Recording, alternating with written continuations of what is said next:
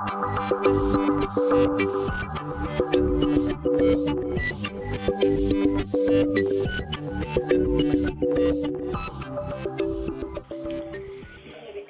nous reste la partie NKBS avec les quelques nouveautés de cette année. Il n'y en a pas. La norme n'a que très peu évolué, donc il n'y a pas grand-chose. Voilà. La première nouveauté, c'est sur le CICE. Donc il y a deux nouvelles rubriques. La première pour récupérer le SMIC calculé pour le CICE et pouvoir le différencier du SMIC Fillon. Ils peuvent parfois être différents. Donc on a une nouvelle structure une nouvelle rubrique pour le renseigner, sachant que comme l'année dernière, le SMIC CICE a déclaré, c'est le SMIC avant la multiplication par 2,5.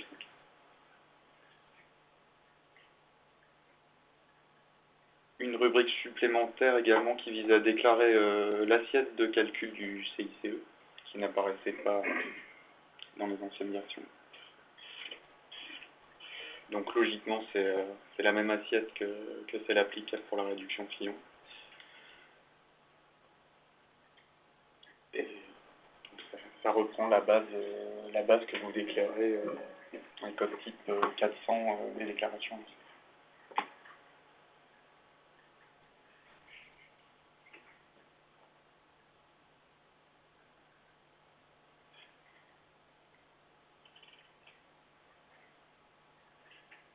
Du coup, c'est un léger impact sur la réduction Fillon, c'est que la rubrique S40G 3040-001 sur le SMIC est dorénavant dédiée uniquement à l'allègement Fillon. Pour la cotisation, les cotisations vieillesse apprentis, avec la mesure de modification du calcul des droits à la retraite des apprentis, il y a un impact, c'est qu'on va déclarer une nouvelle base plafonnée exceptionnelle, donc en S40G 3003. Et après, c'est dans l'hypothèse où l'apprenti percevrait un salaire supérieur au plafond de Sécu, la base est plafonnée au plafond.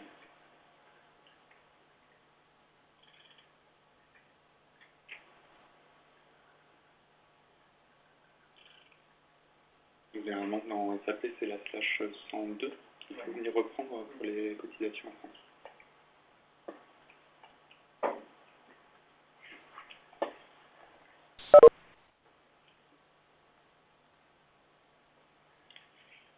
Il y a des nouveaux contrats qui apparaissent aussi, donc les CDI intérimaires, les CDI d'apprentissage et les contrats d'apprentissage intérimaires.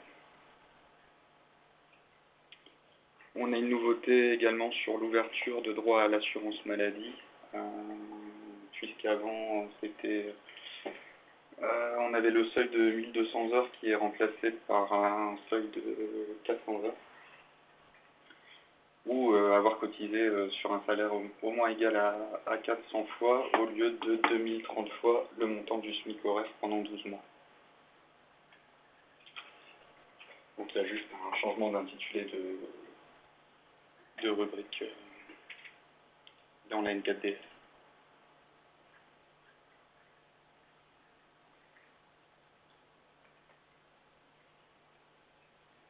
On a une nouvelle indemnité de fin de contrat pour les litiges au niveau des portant sur la contestation d'un licenciement.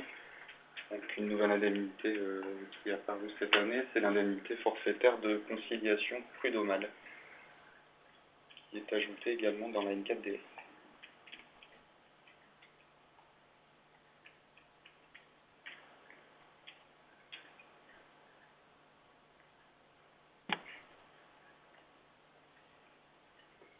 Le dernier point, c'est sur la pénibilité.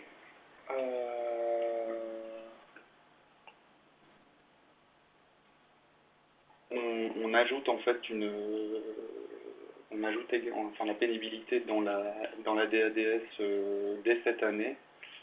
Donc logiquement, vous ne devriez pas être concerné. Ça concerne uniquement les entreprises qui vont cesser leur activité durant l'année 2015.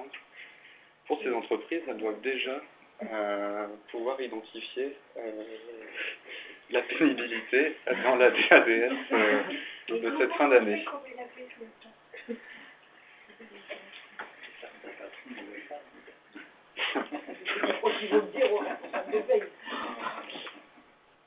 Donc on renseigne dans cette N4DS les 4 facteurs qui existent à compter du 1er janvier 2015, qu'on a vu tout à l'heure.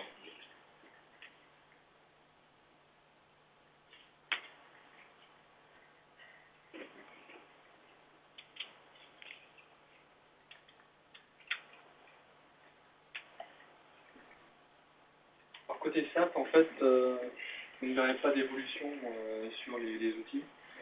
Il n'y a pas de nouveaux programmes, les écrans n'ont pas été modifiés, donc vous avez toujours l'ensemble des outils que vous avez l'habitude d'utiliser. Comme ça reste stable. La version officielle a été délivrée via le support package qui sort aujourd'hui. Donc ça c'est tout frais. On a une adaptation légère de la norme par rapport aux années précédentes, donc ça se ressent aussi du côté des SAP, qui a eu beaucoup moins de travail à apporter sur le sujet. Il a d'ailleurs même pu commencer à livrer des modifications dès le mois de juillet 2014 par notre OSS. Donc concrètement, vous pouviez, à partir du mois de septembre à peu près, pouvoir appliquer les notes et commencer à faire une N4DS, sachant que pour pas mal de notes, on avait des contraintes d'être au niveau de support package du mois de juin 2014. Donc ça réduisait quand même le champ des possibilités. Néanmoins, même si vous aviez pu démarrer dès cet été, le support package de synchronisation de novembre 2014 est requis. Sans ça, vous ne bénéficieriez pas du support des SAP. Donc, vous ne pourriez pas ouvrir des messages OSS auprès de... Enfin, on parle d'incidents OSS maintenant, auprès des SAP sur les problèmes que vous pourriez rencontrer sur vos dessus. Donc vous pouviez prendre de l'avance, mais vous étiez obligé de faire un passage support package en novembre. Et du coup, les impacts sur le comportement de la là-dessus sont assez limités par rapport à ce que vous avez connu l'année dernière. Donc ça reste stable aussi. Vous avez les nouveautés qui ont été apportées, mais comme on l'a vu, enfin comme Mathieu l'a précisé, il y a assez peu d'impact sur la structure même de la norme, donc ça limite les risques de régression qu'on peut rencontrer sur la là-dessus. Et du coup, le besoin d'adaptation de paramétrage est également faible. Donc c'est une bonne nouvelle pour tout le monde, au moins. Cette là-dessus sera moins pénible. Alors donc là, je vais passer sur tous les points qui ont été remontés par Mathieu et vous indiquer quelle est la traduction dans SAP. Donc notamment la nouvelle rubrique qui est destinée à accueillir le montant du SMIC calculé dans le CICE. C'est un nouveau groupe de rubriques dédié à paramétrer. Donc c'est pas très compliqué. Vous avez normalement déjà un SMIC qui est dédié pour votre CICE, donc il y a juste à le rattacher en face du groupe de rubriques. Idem pour l'assiette de calcul, c'est un nouveau groupe de rubriques.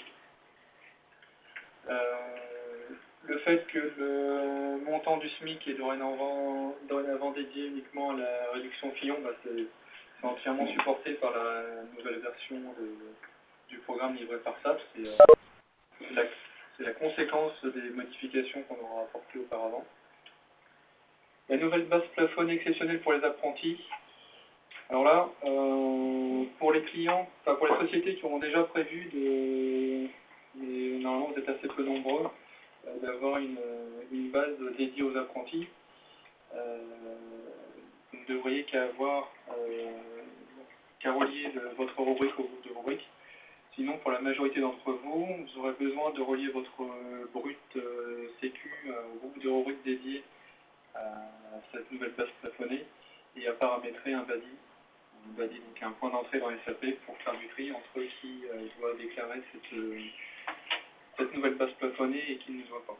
Voilà. Donc par défaut, en reliant la base sécu au groupe de rubrique, vous allez déclencher une base plafonnée exceptionnelle pour tout le monde et vous faites le tri avec le BADI.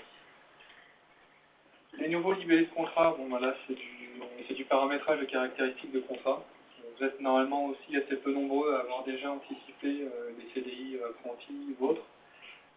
Si vous l'avez déjà fait, ben, j'espère que vous avez déjà créé un type de contrat parce que ça passe par le type de contrat.